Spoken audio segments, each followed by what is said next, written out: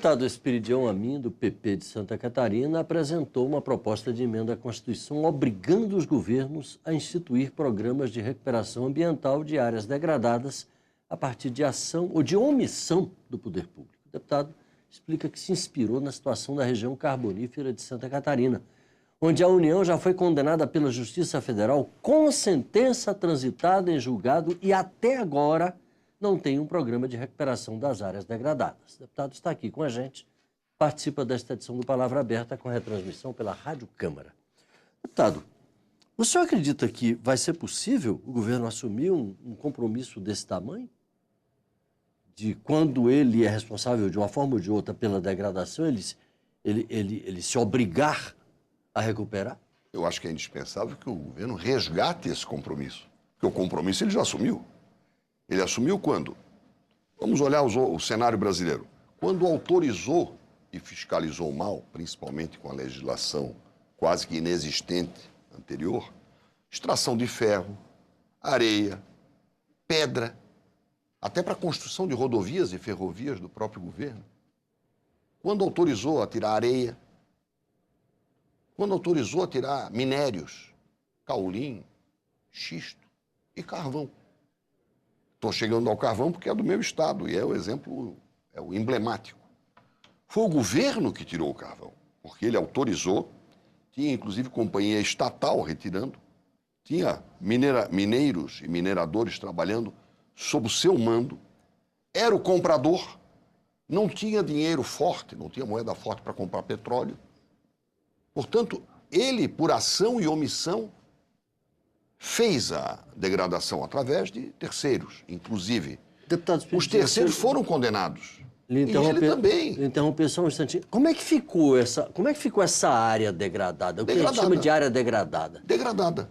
O pouco que se fez, houve alguma... Esburacaram tudo? Houve alguma recuperação. Bom, o principal esburacador era o governo, com uma máquina poderosa chamada Marion, do que hoje seria, nós podemos dizer, a Companhia Siderúrgica Nacional, que tinha 2 braços, uma máquina equivalente a um prédio de 5 andares, que tinha 2 braços poderosos, que escavavam a céu aberto e deixavam aquilo, comprometendo a paisagem, o solo, o subsolo e a água.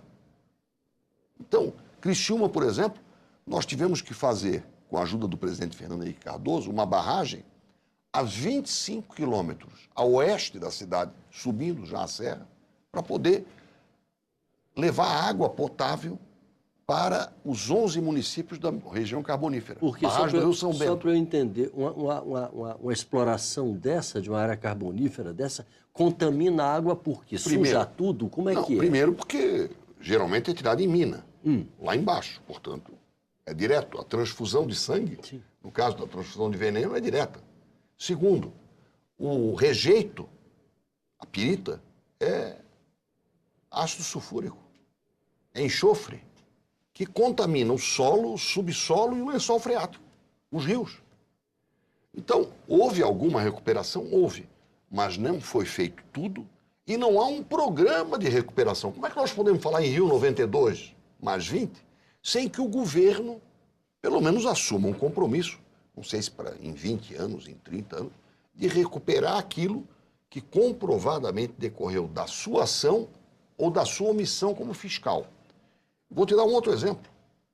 E o telespectador sabe. Você passa numa rodovia que está sendo duplicada, como é o caso da 101, uma obra quase que interminável em Santa Catarina.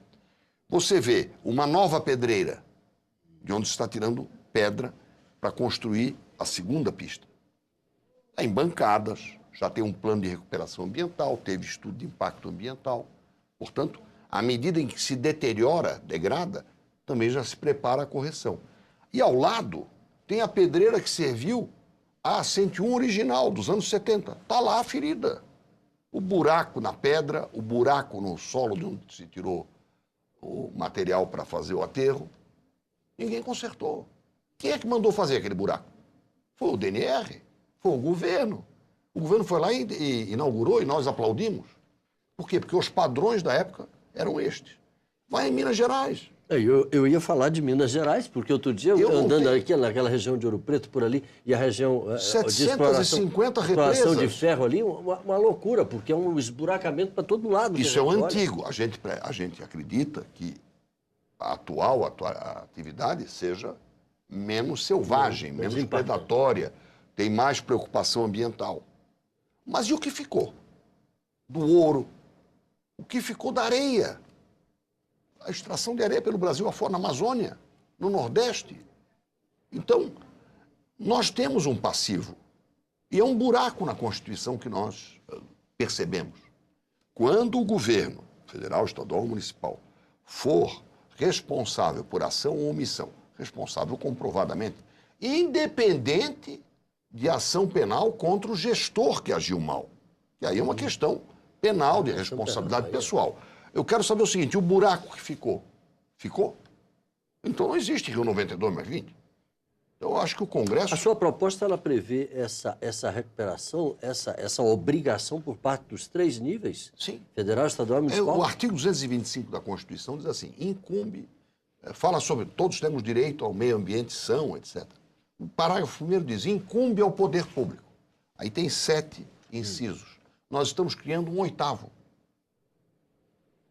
Instituir programas de recuperação ambiental quando a degradação comprovadamente tiver decorrido de ação ou omissão do poder público, federal, estadual e municipal.